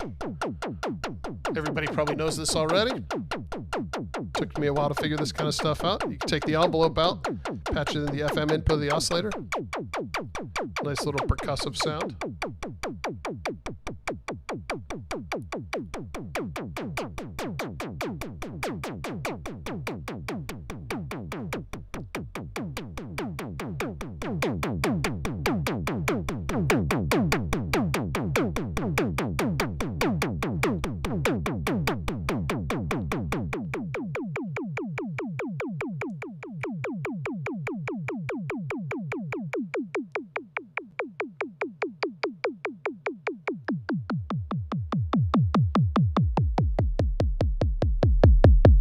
There's your kick drum.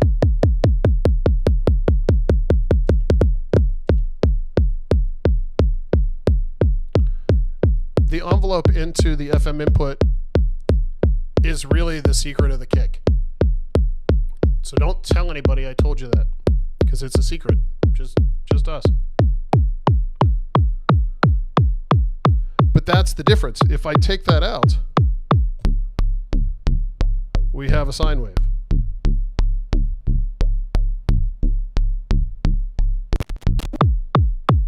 Now we have a kick drum.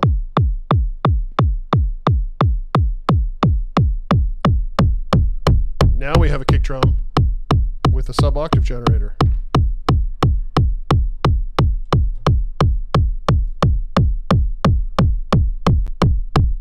Now we have one with 2 octaves.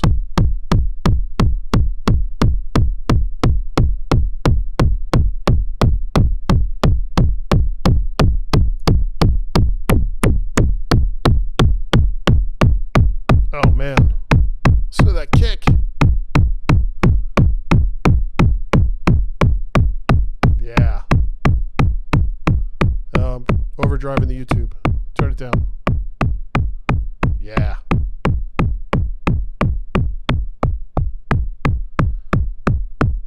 So that's a great kick drum, and it's realistically it's 2 patch cables. You wouldn't even, if you're triggering it with MIDI, you wouldn't even need the clock to the envelope. Then we take that out. Just play it with a MIDI keyboard.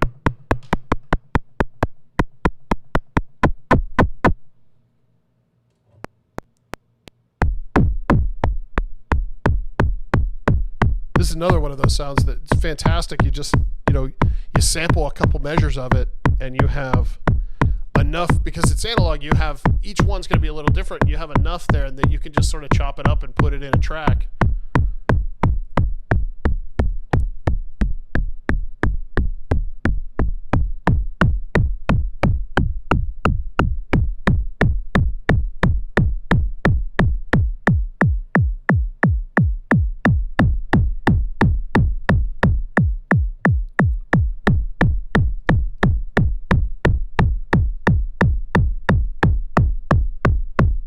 Super tight.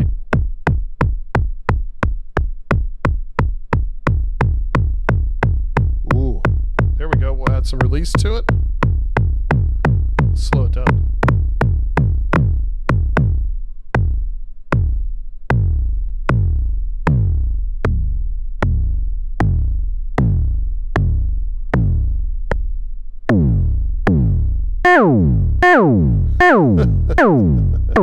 That's great.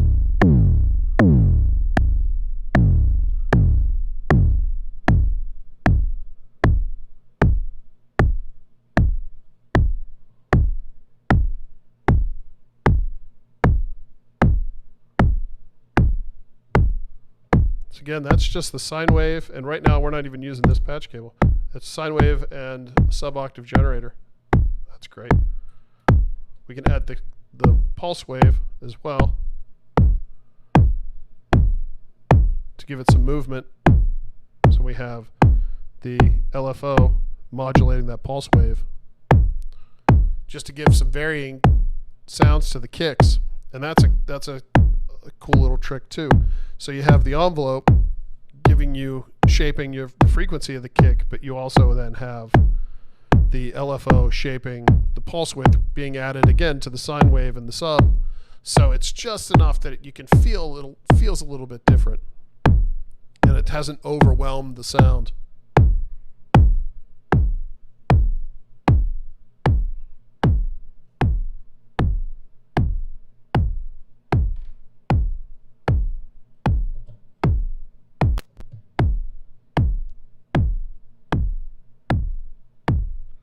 So now I've taken the low pass out, patched it into the unused channel of the mixer here.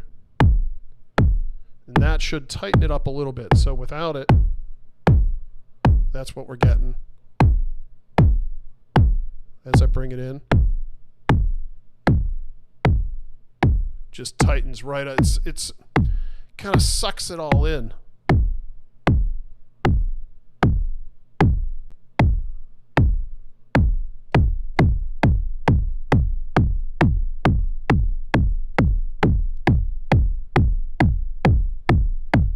You can really hear the pulse width right now with that feedback loop going on.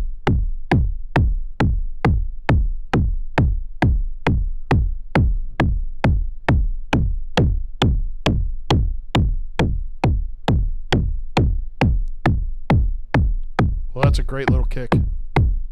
Holy mackerel. We'll turn down the low pass feedback. It opens wide up, and again, you can hear the filter overdriving a little bit.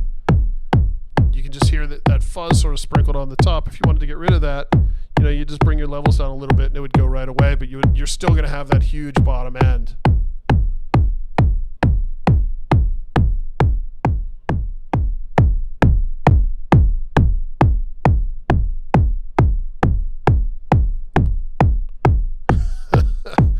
See, this is the kind of stuff I do in the evenings. I'll just sit and I could patch kick drums all night long.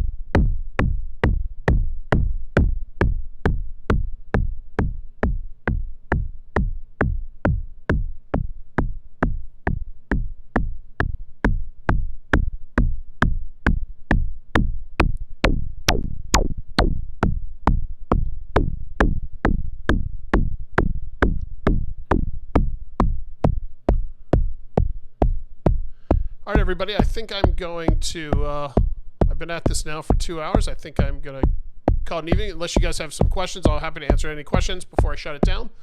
But, yeah, thanks for tuning in. Thanks for listening to me sort of make a bunch of weird sounds and explain what's going on. This was kind of fun. I like these streams where I can sort of talk about what I'm doing and get some feedback from you guys. It makes it a little bit more interesting because I feel like we're kind of building the patch together and talking about what's going on. Hopefully you guys take away something, whether if you have an SV-1 or if you've ordered an SV-1b, and you can take these little snippets here and apply them to your patches. But really, because this is modular, these tricks will work with anything. If you have an oscillator, you have a filter, you have an envelope, you're going to get close to what I'm doing here. It may sound a little bit different, but the theory is all going to be the same, because what this is, it's synthesis. It's not specifically the SV-1b.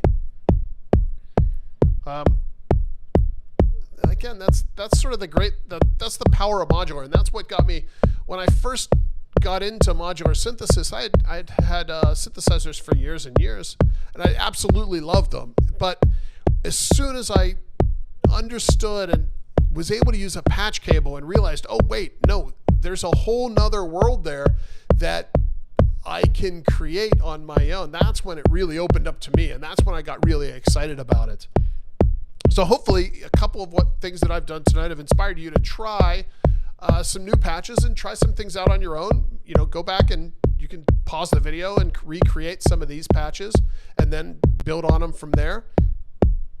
But again, thank you very much, and I will talk to you guys again, well, certainly on Sunday, but maybe before then. So thank you very much. I will have new 1-minute videos coming out for the rest of this week. They get a little weird, as you can imagine. So I appreciate you guys hanging out with me, and I will talk to you later. See you, everybody.